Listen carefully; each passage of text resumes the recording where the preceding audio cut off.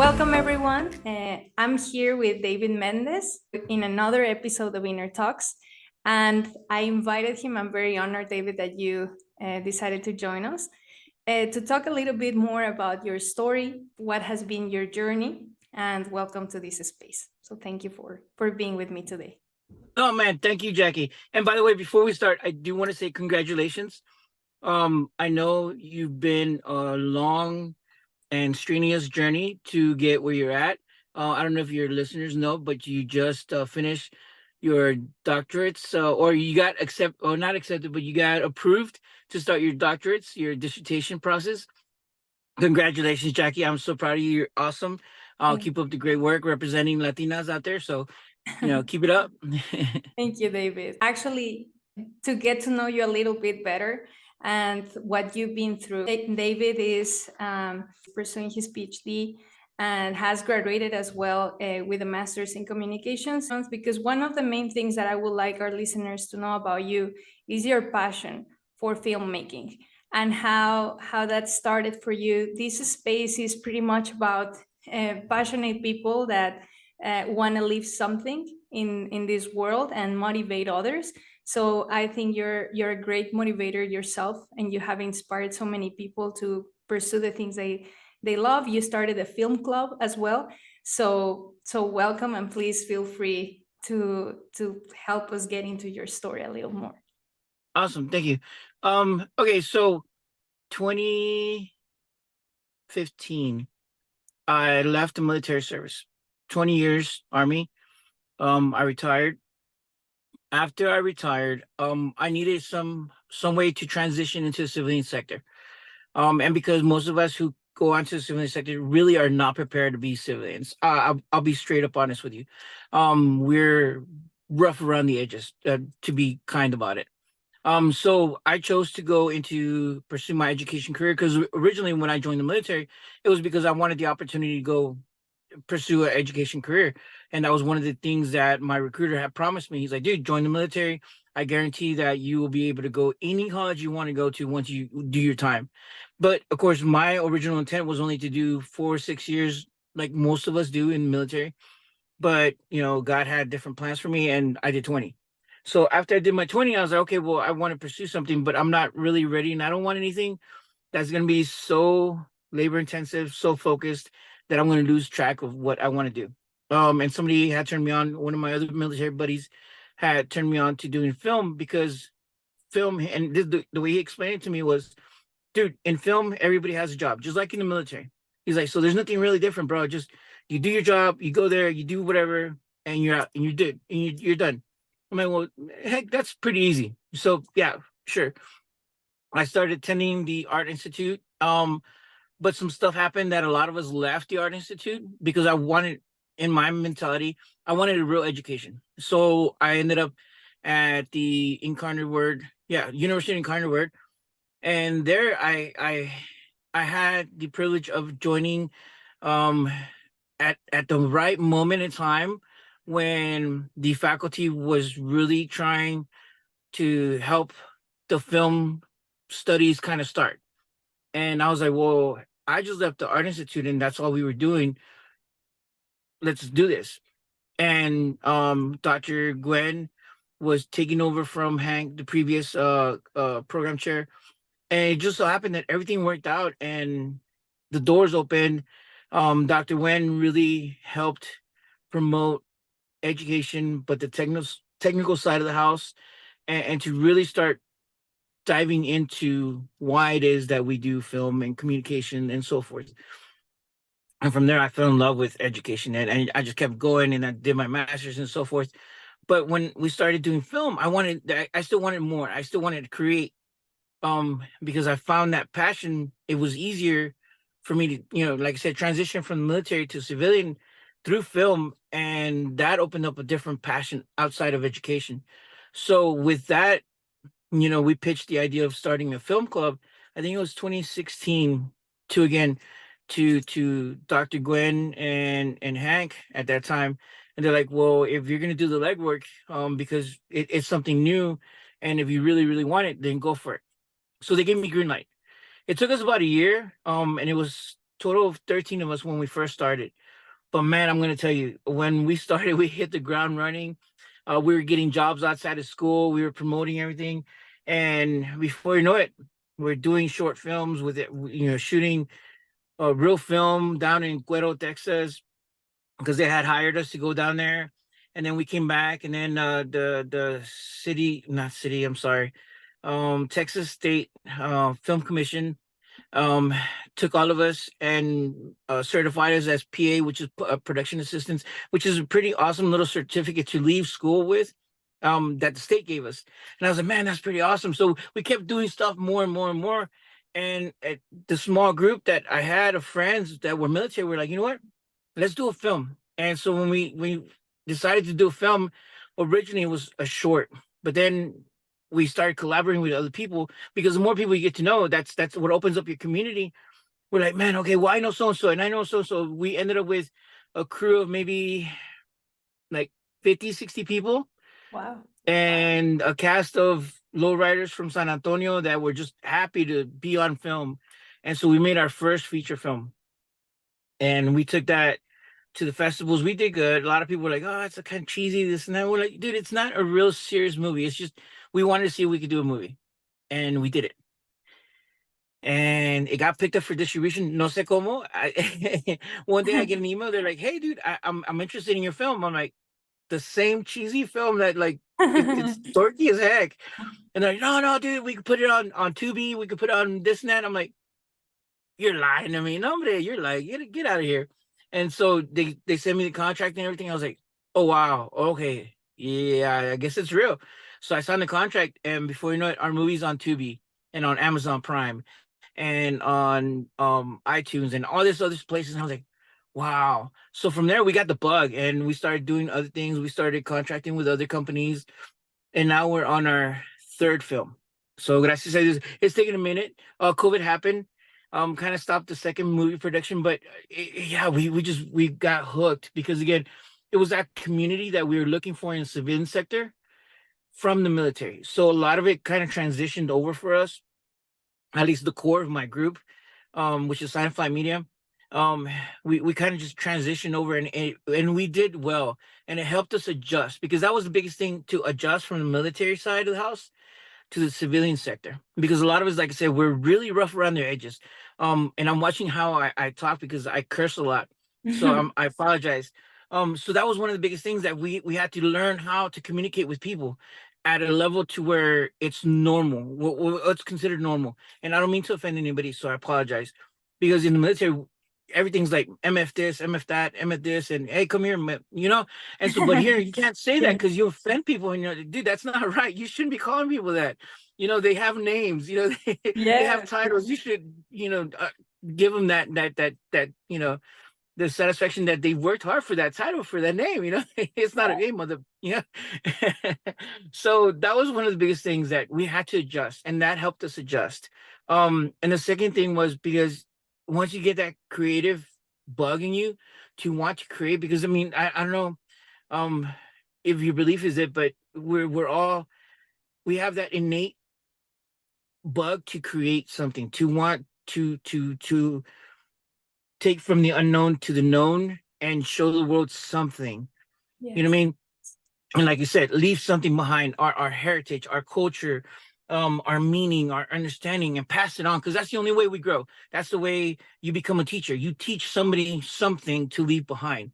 Even our cultura is handing down knowledge of word of mouth, of telling stories, because that's how I grew up. Mi mamá, mi abuela me decían, especially my abuelito would always sit down and, hey, mira, ven pa acá, and he would talk to me, and he would tell me these weird stories that he would make up, and I would just sit there as a little, cabroncito, and I'd be like, oh, God. But he would be telling me stories, and I found myself doing the same thing with my kids. And now I'm like, okay, well, I'm telling the same stories, but in a different manner, because like our second film, called Sacred Mass, it's about luchadores. And most of us, or my age, we grew up watching on Santos, Blue Demon, Erucan Ramirez. These are all Mexican wrestlers who used to be the superheroes of our time through movies. Yes. ¿Me entiendes? And that genre of film kind of died out. And I was like, well, why can't we revitalize that genre to tell our stories again, but in a different manner? Because I'm not Mexicano. I'm not American. I'm Tejano. I'm a mocho or pocho, whatever you want to call me. Chicano, Latino, whatever. But I represent a different culture, a different idea. So I was like, okay, well, can we tell that story through that same lens that we had growing up, which was lucha? It's still alive. It's still there. It's still invigorating. It's still the good versus evil. You know, that I get excited. I'm sorry, No, please but it do. is. It's our superheroes. You know what I mean? I was like, why can't I tell?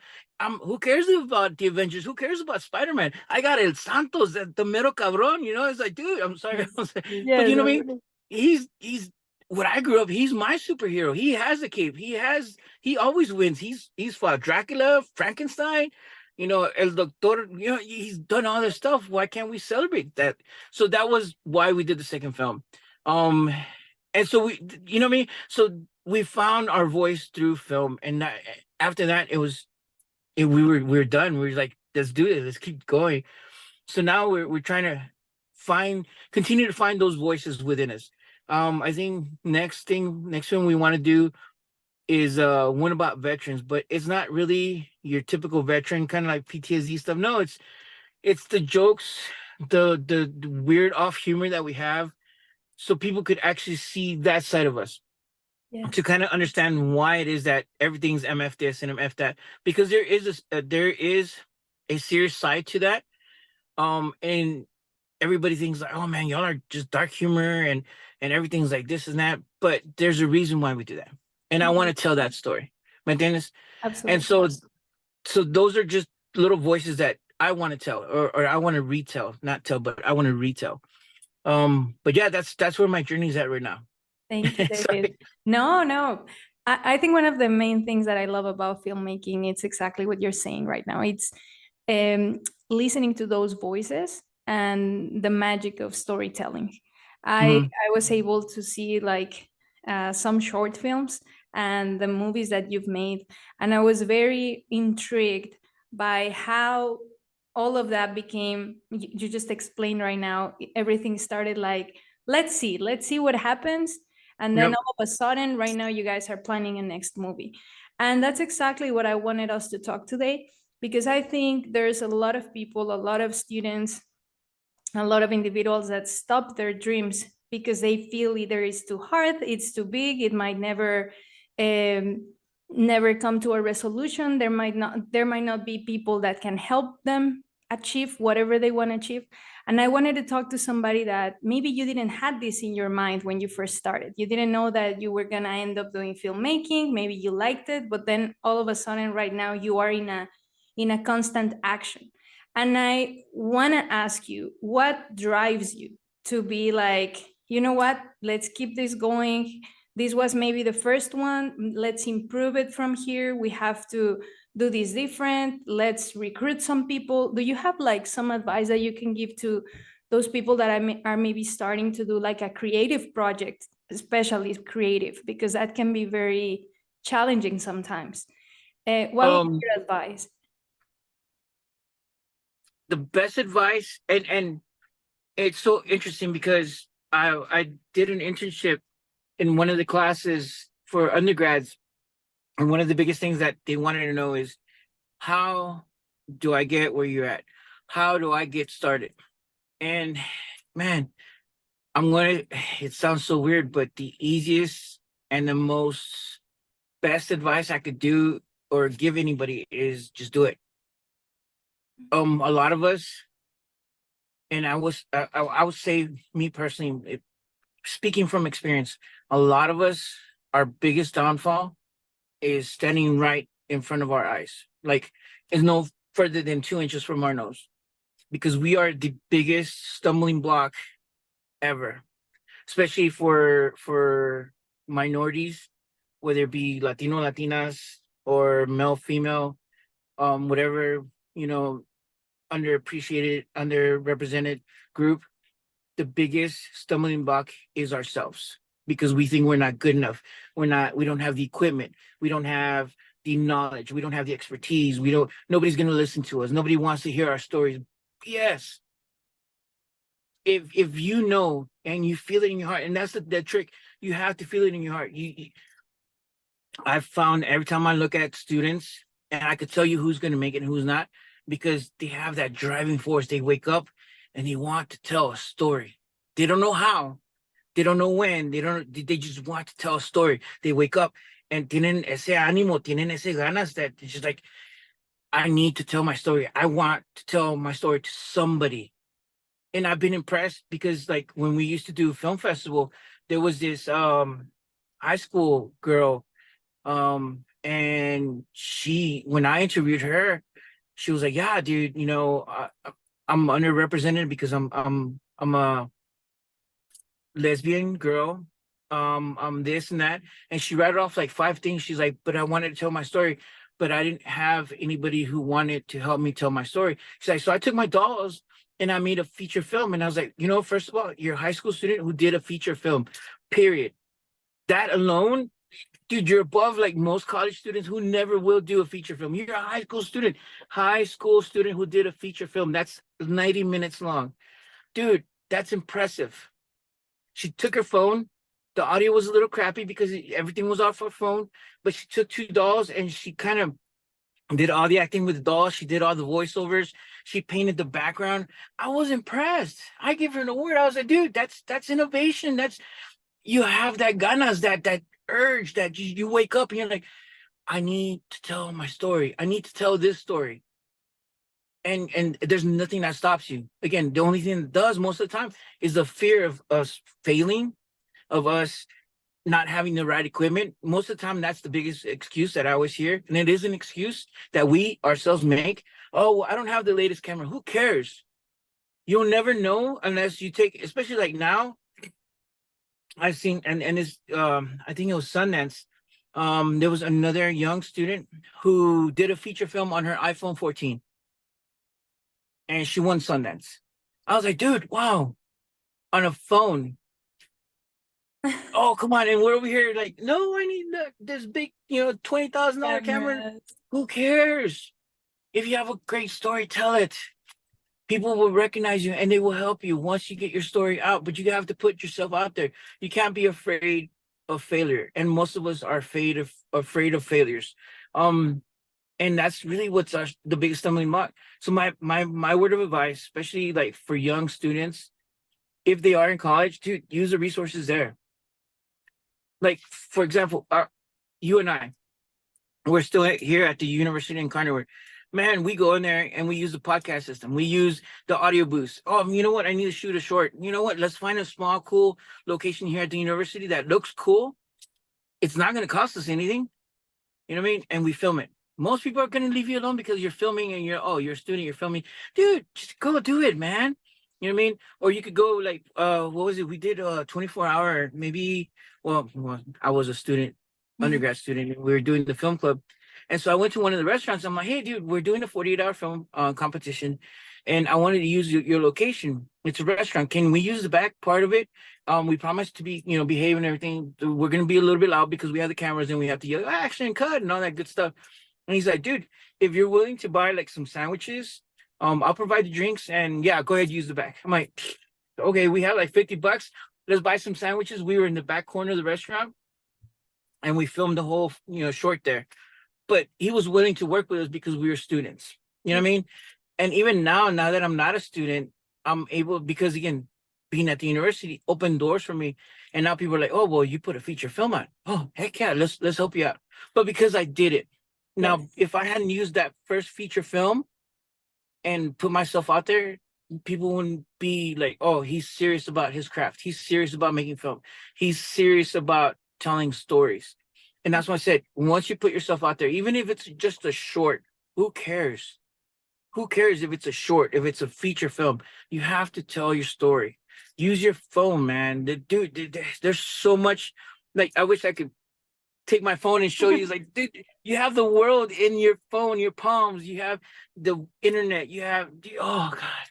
Yes. No, and you're so University right. of YouTube. Come on. But yeah, Yeah. it just put yourself out there. Do you think, David, that your background in the military really helped you be very resilient with these projects, like in filmmaking and all the endeavors that you're putting yourself through. Do you think that having that background and that mindset in the military has helped you? Or Yes. okay. No, yes, definitely yes. Because again, being military, most of us have this tendency to be like really outspoken or have the what everybody says, your atypical personality.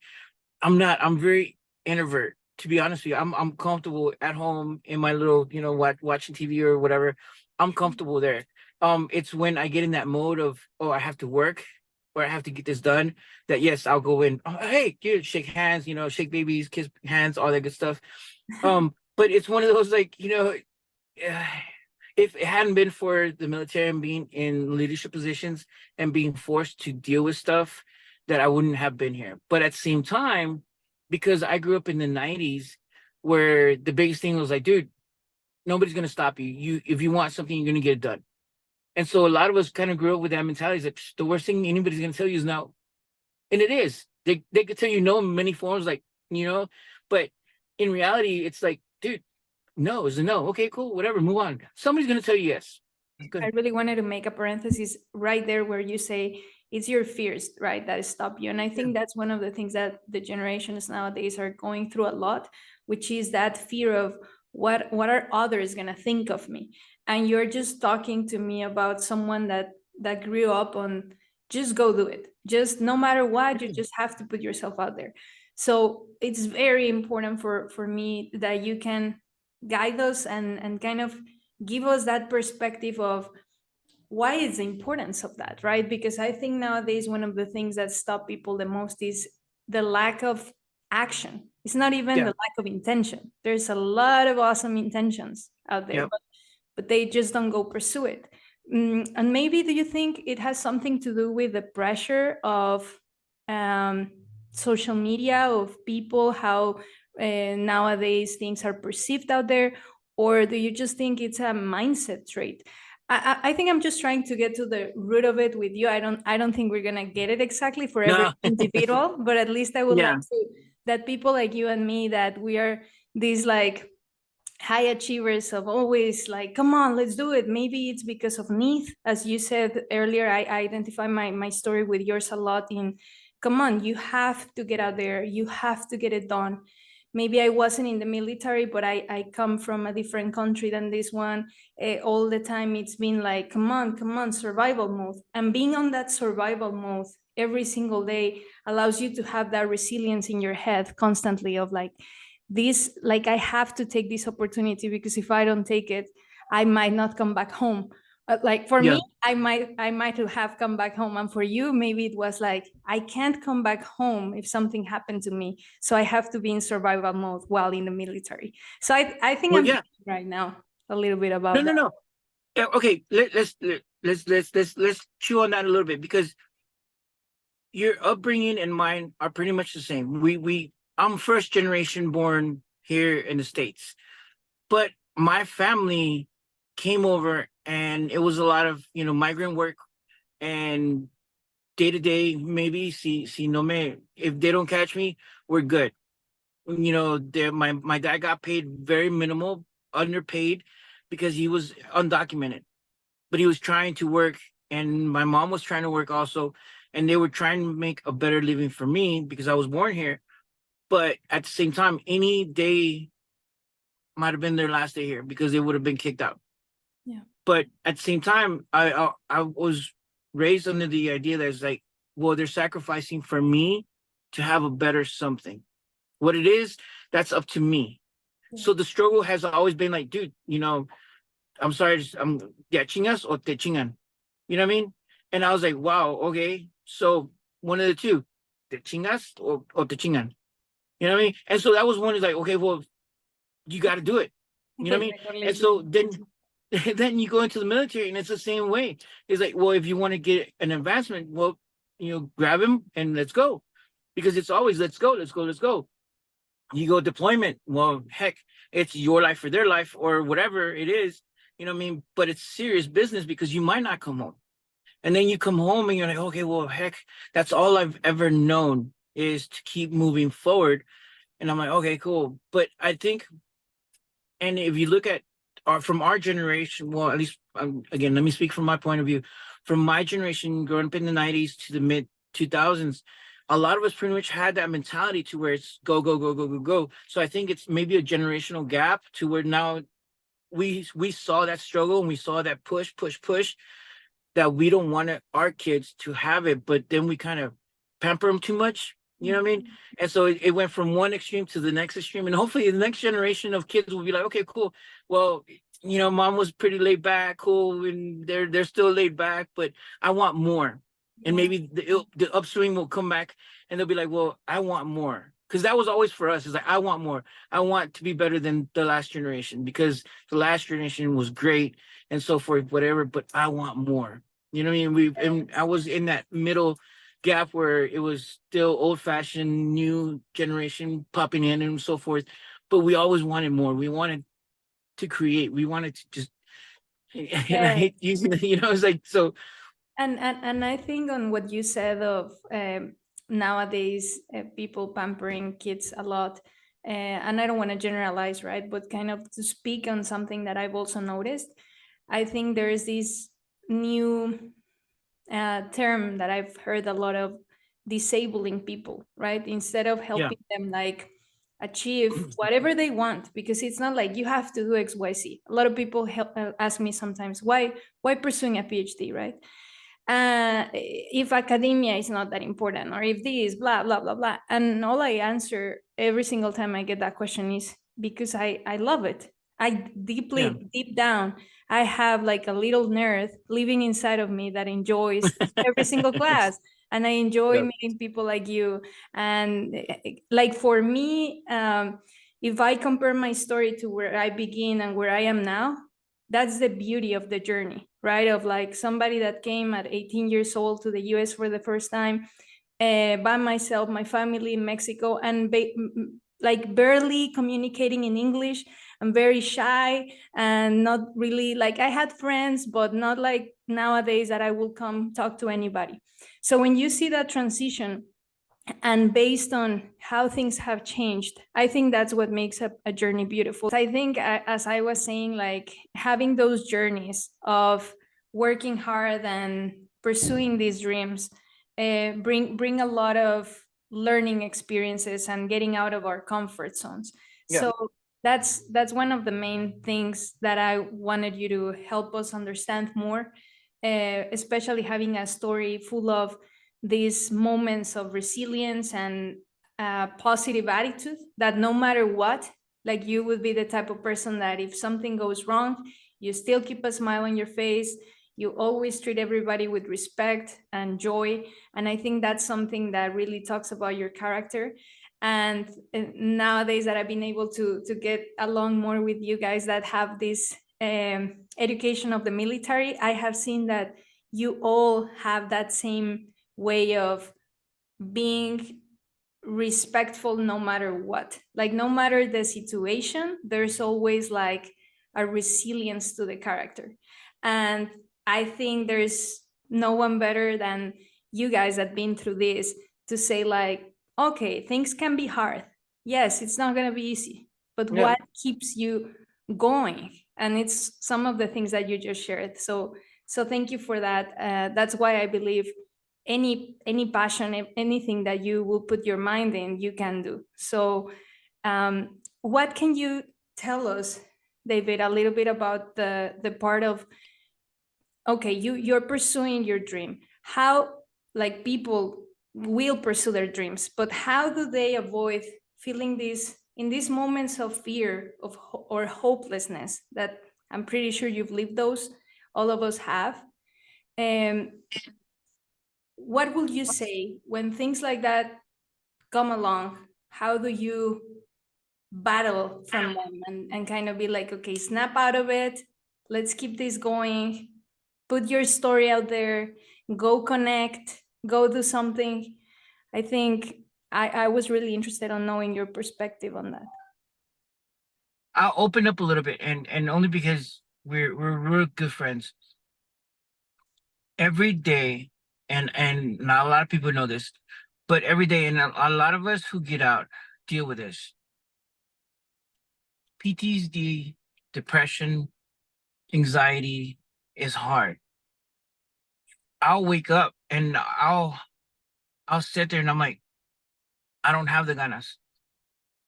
Sometimes it gets back to where I don't have the will no more. I could care less.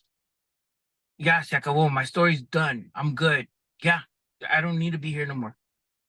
But it's again, I don't know, man. It- Sometimes it is hard because you're like, dude, you're alone. And most of the time you're alone until you get that group of friends together who are going to be supportive and are going to push you, because that's really what you need, is that push. Sometimes you just got to like bump it, dude. I got to get out of bed. I got to take that first step. And it sucks and it hurts. And you're like, dude, I'm alone. I hurt. I don't want to do this crap no more. And there's those days that I'm like, man, dude, how am I going to do this? Who, nobody cares. Nobody listens to my crap. Nobody watches my movies. No, and you get so negative, so down on yourself, and you're like, yeah, I'm done. But it's that like, fuck it.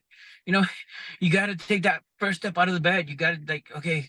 And that's the only thing that has been able to help me. Because once you get those juices flowing and that endorphins, I guess you could say, flowing from your brain to your heart, to wherever else, that all-knowing, encompassing universe just feeds you. And then you start getting next to a Jackie, next to a Susanna, next to somebody else who maybe at the same time también they're not having a great day. Like, okay, for example, yesterday I was hurting. We had we were supposed to film overnight. Dude, I've been struggling the last 2 days because I've just been hurting physically. There's days where I've had a bunch of surgeries, military, all that good stuff. And I was like, man, dude, ni tengo ganas, dude. And it started raining. I was like, God, please let it rain all day, all night, so we can cancel this crap and I don't have to shoot. And I was like, dude, I'm hurting. I'm lifting all this heavy stuff in my van. I get to the location. It's hot. It's cold. Whatever. And I'm in pain. I'm miserable. I don't want to talk to nobody. And everybody's like, oh, David, and they're in a good mood because they're glad to be back on set. But I'm not having it. But after like 30 minutes of everybody, oh, yeah, cool, cool, and excited, and they're reading the lines and everything, you're like, you know what? I'm glad to be here. An hour goes by and I'm like, dude, come on back, come on, that should cut. But you get into it, but it took a minute. I'm not gonna lie, it took a minute for me to get out of that mindset, to reprogram, to click that off switch, because it is an off switch, to click it off and be like, dude, why are you like that? You're surrounded by people. There's gonna be people. And that's one of the things that we didn't get taught in the military, that there's people out there who can help. There's people out there who will be your battle buddy, who will be your support. Because there's always at least one person who's going to say, yes, you know what, Jackie, I got you. David, I got you. Come on, man. Yeah. And maybe you're that person for that person. You know what I mean? Because you never know. We never know. But it's reaching out. It's taking that first step out of bed. And I will admit, there's days when I'm like, dude, no puedo, ya. Ya me acabé. I've told my story. Who cares? I'm retired, dude. I don't, ya no quiero. Ya estoy cansado. Déjame en paz. Déjame dormir ya para siempre. Dude, I'm done. You know what I mean? Yes. But then he's like, dude, just take that first step out of bed. Put on your pants. It's okay. It's gonna suck. Embrace the suck. That's what we used to tell in the military, is to embrace the suck. Yes, it's cold. It's raining. You have stand in your boots and you've been miserable. You haven't had a shower in a week. Embrace the suck. Yeah. Embrace the suck. It's okay. At the end of the day, it's gonna be better. You know what I mean? It's not always gonna be rain and snow and sand in your boot. You know what I mean? You're gonna be able to take shower one of these days. You're gonna eat something other than cold MREs. You're gonna be able to. You know what I mean? It's embrace the suck. It's not gonna be there all the time.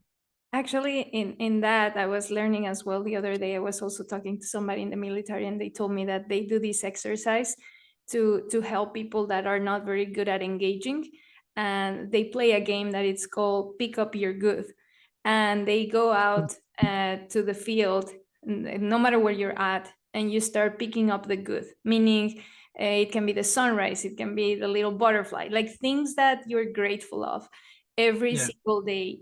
Try to grab some. And I found that very intriguing and important, because I do believe that what you said is very important. Sometimes we don't have those moments every day.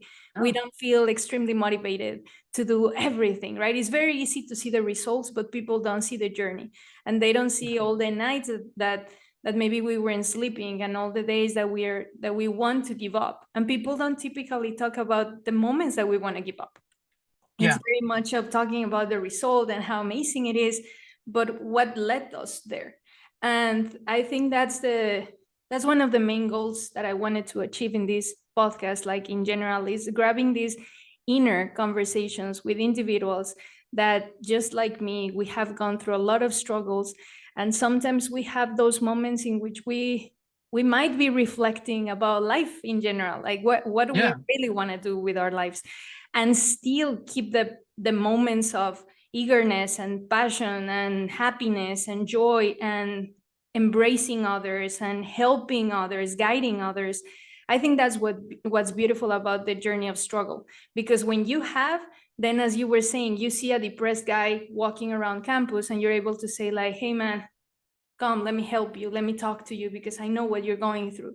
Or me seeing an international student that maybe, I don't know, like they are about to send them back to their country, and they might be in a lot of anxiety that no one else will understand better.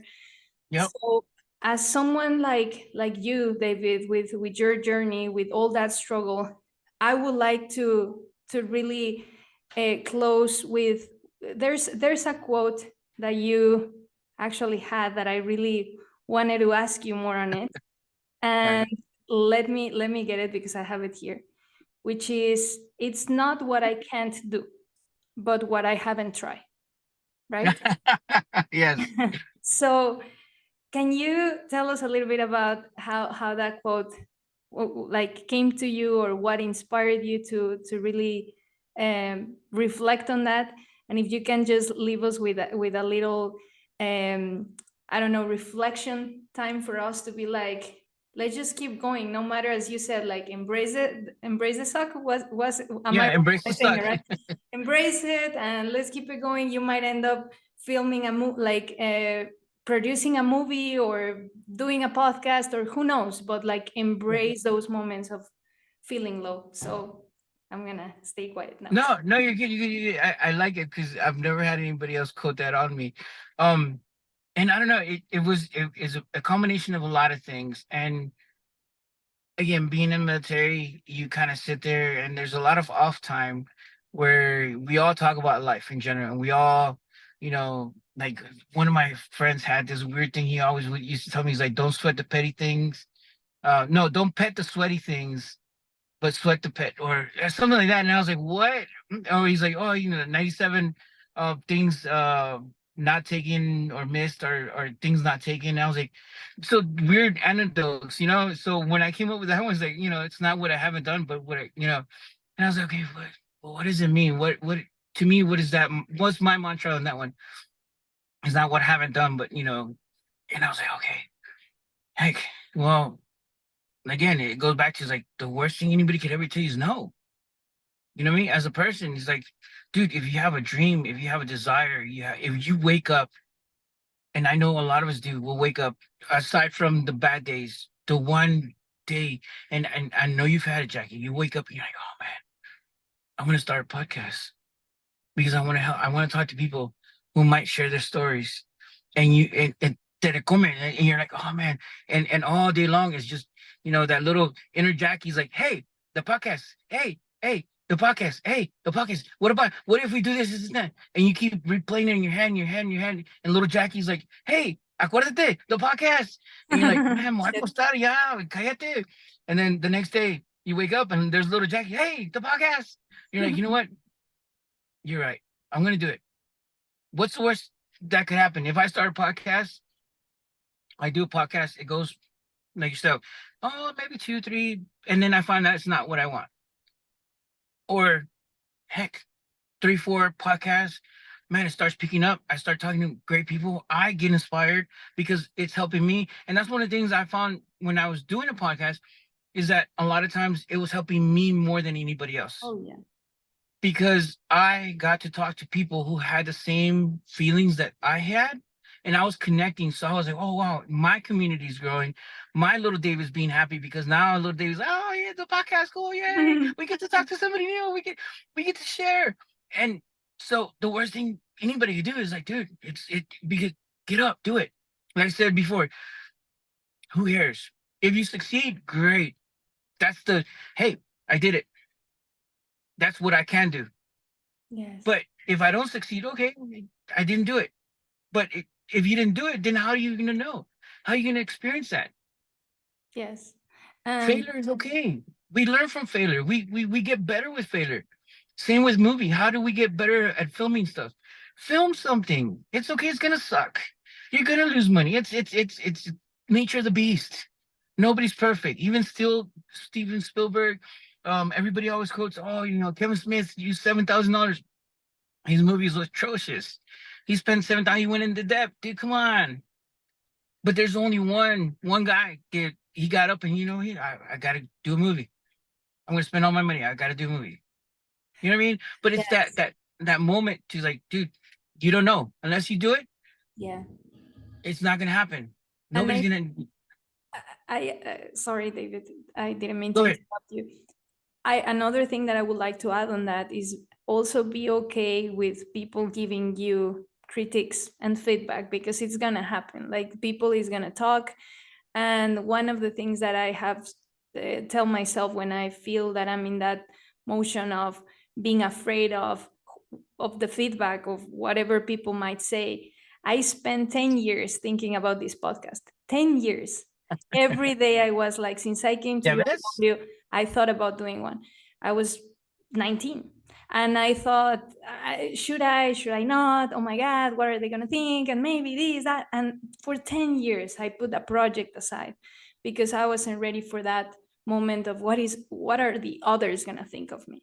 And I'm putting Yeah. this out there because that might be another big alert for people that stop you Yep. from doing things.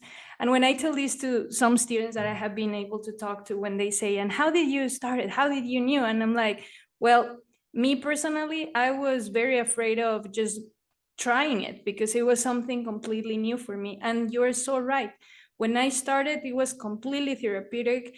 And nowadays I do every single episode I do it because I love it, because I enjoy it. There's nothing else. And maybe one day it's gonna turn over to being like different. But so far, it's like, stop thinking about what others tell you or what others think. Take the good feedback, because that always makes you improve. And Yeah. I'm pretty sure it's similar in film, correct? Because that's an industry that I'm very passionate of, but I've never really explored it. I did a Yeah. little short film maybe when I was in video production in the comms department. And I remember I had so much fun with the big cameras and Yeah. hosting all the people. So when I see you doing it and actually making those films, I just get so inspired, because I'm like, those are actually things like we all can do. We all can put stories out there. Like, what's to But stop? that's the part of it that you don't know what you can do. You know what I mean? And people are again, the biggest hurdle is you. It's not what I can't do or what I haven't done. It exactly. Then how do you know you can do it? How do you know you can't? That huevos, dude, get up and try it. There's many outlets that you can learn how to do something. The biggest stumbling block is you. Yes. And it is. And I'm going to tell you, it's not easy, because it's not easy. Everything I've taken a challenge, it's called a challenge for a reason. Yes. You know what I mean? And the rewarding thing is when you sit here and you're watching and you're talking to somebody like yourself and you're like, man, dude, I'm getting so much awesome feedback because now I'm sharing a story. And guess what? It's the similar story as yours. Oh, man, I'm not the only one. Oh, wow, cool. Yes, the journey. I could walk with somebody next to me now. I have a battle buddy who's going to help me because she understands me. You know what I mean? Yeah. But people you won't know until you try it. Yes. Thank you so much, David. I just love that you take part of your day to talk to us about this. And I would like to remain this space open to you anytime we can, like, keep talking about all the awesome journeys that I know you're going to keep putting yourself through, the amazing movies that I know you're going to keep filming. And again, thank you for your time and all the amazing motivation tips that we have that we can apply, because that's the main purpose of this, is just getting people like you to inspire us with their stories. Like, I think there's nothing more powerful that our stories, when we are Yep. actually sharing those, as you said. Yes. So I would Yep. love to share the new projects that you're going to be putting yourself through. So make sure to hire me as an extra again. Yeah, I'm glad you said that, because we glossed over that completely. For your listeners, for our next one of my next projects, we had a guest appearance as an extra. She graced us with her talented beauty, and so yeah, you will be on there. So hopefully, yes, we can bring you back, because I really enjoyed having you there. It was great to see, a friend and student. It's like, man, cool. So when you connect and we open those doors, it's awesome. Thank you. I really appreciate it, and I wish you the best on all the things that you're building, because I know it's not just this. You're pursuing a lot more things, and that's one of the reasons I'm so touched by your story. And again, thank you for your time. I really appreciate it. Thank you. Thank you, guys, and we'll see you in the next episode of Inner Talks. Bye.